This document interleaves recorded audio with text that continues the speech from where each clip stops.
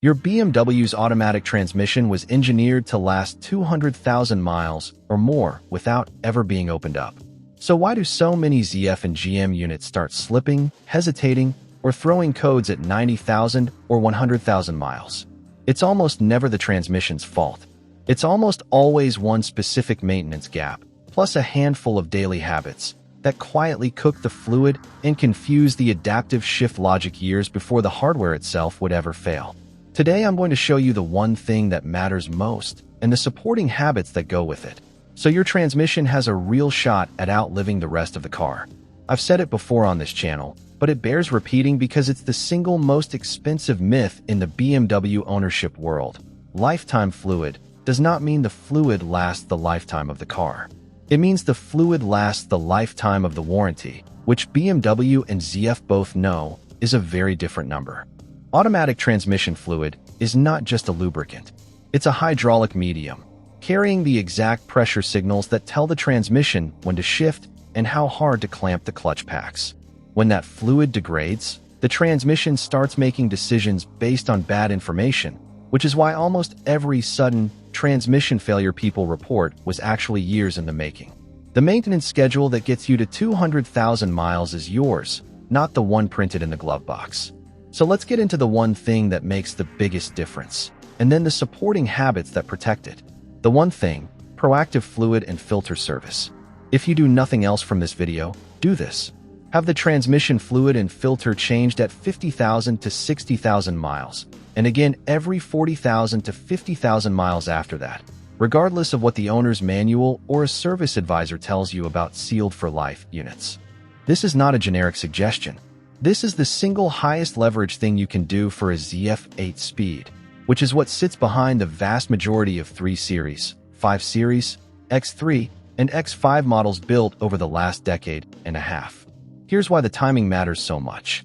ZF's own internal data, which has leaked out through independent transmission shops and rebuilders over the years, shows that fluid additive packages in these units begin breaking down measurably around the 50,000 to 60,000 mile mark under normal driving, and much sooner under towing, spirited driving, or stop-and-go city use. Once the additive package breaks down, the fluid can no longer hold its friction coefficient consistently, which means clutch pack engagement gets sloppier, which means the transmission control unit starts compensating with harder, more aggressive shifts to force the same result. That compensation is what eventually burns out clutch packs and solenoids years before they should fail. When you have this service done, insist on the correct fluid. For most ZF 8-speed applications, that means ZF LifeGuard Fluid 8, not a generic Dextrin or a compatible aftermarket substitute. The friction modifiers in LifeGuard Fluid 8 are formulated specifically for the clutch material ZF uses, and using the wrong fluid, even fluid that looks and smells similar, can actually accelerate wear rather than prevent it. This is one of those rare cases where the OEM spec fluid genuinely does matter more than saving $40 on a quart. It's also worth understanding why this service got labeled lifetime in the first place, because the reasoning explains a lot about how to think about BMW maintenance in general. Manufacturers set these intervals based on the warranty period and average ownership length, not based on what actually maximizes the component's mechanical life. Most BMWs change hands well before 100,000 miles, so from the manufacturer's perspective, a fluid that survives the warranty window and the first owner's typical hold period has done its job. It was never engineered or marketed with the goal of getting you to 200,000 miles. Habit 1. Know when an adaptation reset helps. Routine fluid services don't always need this step, and plenty of respected independent BMW and ZF specialists skip it after an uneventful fluid change. But if the transmission has developed rough or hesitant shifting, or if any repair work has touched the transmission itself, an adaptation reset is worth asking for directly. It clears out the old learned shift points and clutch pressures, so the transmission control unit starts relearning from a clean baseline that actually matches the fluid and hardware it's working with now, instead of carrying forward assumptions built on however things behaved before. A shop with the right tools, or a capable dyer with a professional-grade scan tool like the Foxwell NT530, can perform the reset directly and confirm there are no stored adaptive fault codes hiding in the background. It's a quick step, and it's especially worth insisting on any time shift quality was part of why you brought the car in. Every reset, every fluid interval, every hidden setting that actually protects your BMW long-term is laid out step by step in the complete BMW Longevity Bible, so you're never guessing whether a shop did the job right. Habit 2. Warm the transmission before you ask anything of it. Most people know to let their engine warm up a little in cold weather. Almost nobody thinks about warming up the transmission fluid, but on a ZF8 speed, cold fluid is thick fluid, and thick fluid does not flow through the valve body's tiny hydraulic passages the way it's supposed to. That means the first few shifts of a cold start, especially in freezing temperatures, are happening with reduced hydraulic pressure and sluggish clutch engagement, even though the transmission control unit is commanding a normal shift. The fix costs you nothing but a little patience. Give the car 30 seconds to a minute after startup before you pull away hard, and avoid full throttle acceleration or aggressive downshifts for the first mile or two of any cold weather drive. This single habit change dramatically reduces the wear that happens during the exact window when the fluid is least able to protect the clutch packs. Habit 3. Ease the strain at unusually long stops. This one surprises people. Sitting in drive at a light with your foot on the brake is completely normal, and the ZF8 speed is designed to idle and drive without issue for typical stops. But for unusually long waits, a stalled train crossing, a slow drive-through line, a long freight signal, the torque converter is still trying to drive the transmission forward the entire time, working directly against the brakes, and that sustained low-speed strain generates heat. Heat is the #1 enemy of automatic transmission fluid life. Every 10 degrees Celsius above normal operating temperature roughly cuts the fluid's useful life in half, according to widely cited data from the Society of Automotive Engineers on ATF thermal degradation. For those unusually long waits specifically, not every stoplight, some owners prefer shifting into neutral to reduce that torque converter load. It's not a universal rule, and repeatedly shifting between drive and neutral for every normal stop isn't something I'd recommend either. Reserve it for the genuinely long, unpredictable waits, and let the transmission sit and drive the rest of the time the way it's built to. This matters even more if you live somewhere with hot summers or heavy stop-and-go traffic, because ambient heat and torque converter heat stack on top of each other. A transmission that's already running warm from a 95-degree afternoon commute has far less thermal headroom before it crosses into the temperature range, where fluid breakdown accelerates sharply. If your commute regularly involves long idle stretches and heavy heat, this one habit alone can be worth more than an extra fluid change over the life of the car. Habit 4. Treat the sport and manual shift modes as tools, not defaults.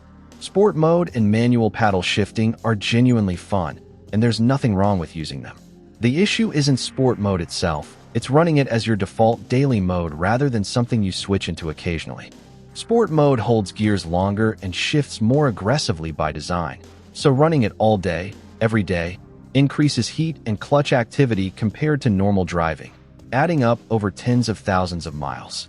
Save sport and manual mode for when you actually want that responsiveness, a canyon road, a merge onto the highway, an actual spirited drive, and let the transmission default back to Comfort or Eco Pro for the other 90% of your driving. Your transmission will thank you, and so will your fuel economy. Habit 5. Keep an eye on battery health, not just engine health. This is the one nobody connects to their transmission, but on modern BMWs it matters more than people realize. The transmission control unit relies on a stable, healthy voltage supply to accurately read sensor data and command precise solenoid pressures inside the valve body. A weak or aging battery, or one that's been drained and jump-started repeatedly, can cause voltage fluctuations that the transmission control unit interprets as sensor faults, sometimes triggering it to fall back into a protective, limp, shift pattern or store adaptation faults that degrade shift quality even though nothing is mechanically wrong. Keeping your battery in good health with a smart maintenance charger like AC Tech, especially if the car sits for days at a time, isn't just good for your starter and electronics. It's quietly protecting the accuracy of every shift command your transmission control unit sends. This is especially relevant if your BMW sees irregular use, a second car, a weekend car, or a work-from-home commute that only happens a couple times a week. Batteries that sit partially discharged for days at a time sulfate faster and lose their ability to deliver stable voltage under load, even if they still start the car reliably every morning. A trickle charger connected during those idle stretches keeps the voltage supply steady enough that the transmission control unit never has a reason to second-guess its own sensor readings. Habit 6. Get a real diagnostic scan every year, not just when a light comes on. By the time your dashboard shows a transmission warning light, the fluid or the clutch packs have often already been operating outside spec for months. A yearly diagnostic pass with a capable BMW-specific scan tool checks live transmission temperature trends, adaptation values, and stored pending codes that never trigger a dashboard warning because they haven't crossed the threshold yet. Catching a slowly rising adaptation drift or a gradually climbing operating temperature a year early is the difference between a fluid and filter service and a full rebuild. This is exactly the kind of early warning data a tool like the Foxwell NT530 is built to surface, and it takes less time than an oil change. Pull the live transmission fluid temperature during a normal drive and compare it against BMW's expected operating range. Check the adaptation values for any clutch pack that's drifted noticeably from the others, and check for stored pending codes under the transmission module specifically, not just the generic engine codes most cheap scanners default to.